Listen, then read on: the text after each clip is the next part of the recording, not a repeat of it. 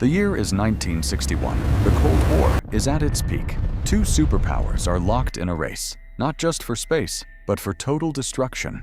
And on October 30th, 1961, the Soviet Union detonated something that the world had never seen before and has never seen since. Chapter 1. What was it? This is the AN602, better known as the Tsar Bomba, the most powerful explosive device ever detonated in human history. Not by a small margin, by an almost incomprehensible one. Its yield, 50 megatons of TNT. To put that in perspective, every bomb dropped in World War II, combined, including both atomic bombs, equals about 3 megatons. The Tsar Bomba was 15 times more powerful than all of that, combined. Let that sink in. Chapter 2. The bomb itself. The bomb was enormous, 26 feet long, nearly 7 feet wide. It weighed 54,000 pounds, so heavy that the aircraft carrying it could not even close its bomb bay doors. It had to be carried semi-externally beneath the plane. The casing was made from steel, lined with beryllium. Inside,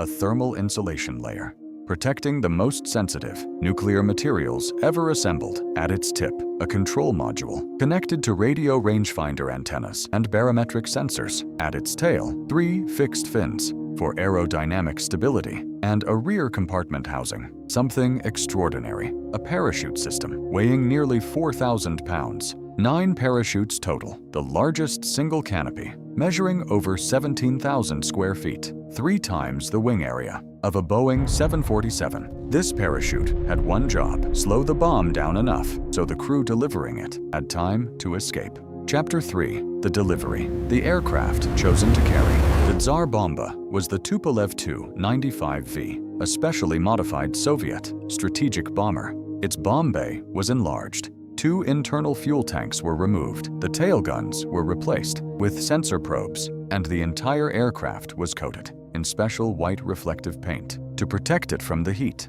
of its own weapon. Think about that for a moment. The plane needed a special paint job just to survive dropping its own bomb. On October 30th, 1961, at 11:32 a.m., the Tu-95V reached the test site over Novaya Zemlya, a remote Arctic archipelago in northern Russia, and released the Tsar Bomba. Chapter 4. The detonation. The 9 parachutes deployed immediately, slowing the bomb for exactly 188 seconds, giving the crew time to fly 28 miles away. The bomb detonated at 13,000 feet above the ground. The first thing anyone saw was a flash of light, so intense, witnesses described it as brighter than the sun at noon, lasting more than a minute. Then came the fireball, nearly 5 miles in diameter, large enough to cover all of downtown Los Angeles. The fireball nearly touched the ground. The only reason it did not was the shockwave bouncing off the earth and hitting it from below. Then came the mushroom cloud, rising 42 miles into the sky, 7 times higher than Mount Everest, spreading 59 miles wide at the top. The explosion registered as a magnitude 5.0 earthquake. The aircraft delivering the bomb was 60 miles away and still got violently shaken by the blast. Its white paint scorched. A village 34 miles from the detonation point was completely destroyed. The shockwave was felt 560 miles away in Norway and Finland. Chapter 5. How it worked. Inside the Tsar Bomba were 2 separate nuclear stages. Stage 1 was fission, 2 plutonium spheres surrounded by high-performance explosives. When triggered, the explosives compressed the plutonium simultaneously within 0.1 microseconds of each other. In that time, light travels just 98 feet. The compressed plutonium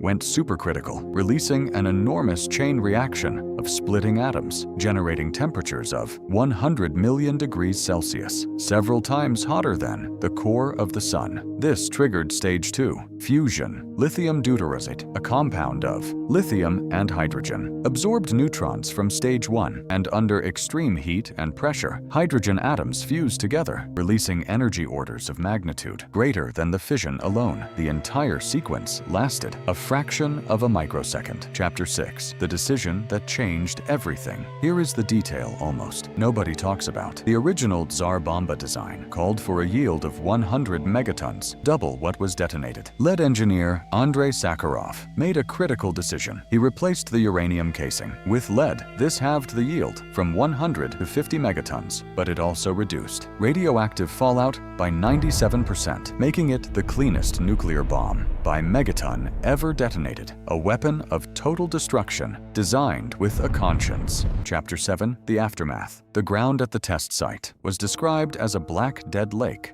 of melted earth, 5 kilometers wide. The nearest settlement, 34 miles away, was completely destroyed, and yet the Tsar Bomba achieved something unexpected. It terrified both sides equally. Within 2 years, in 1963, the Partial Nuclear Test Ban Treaty was signed, prohibiting atmospheric nuclear tests. The most powerful weapon ever built helped stop the arms race it was meant to accelerate. Ending the Tsar Bomba was never meant to be used in combat. It was too heavy, too complex, too impractical. It was a message, a demonstration of what humanity was capable of. At its worst, 50 megatons, one bomb, one flash of light brighter than the sun. And the world finally understood that some weapons should never be built again. The Cold War produced many things, but nothing came close to this.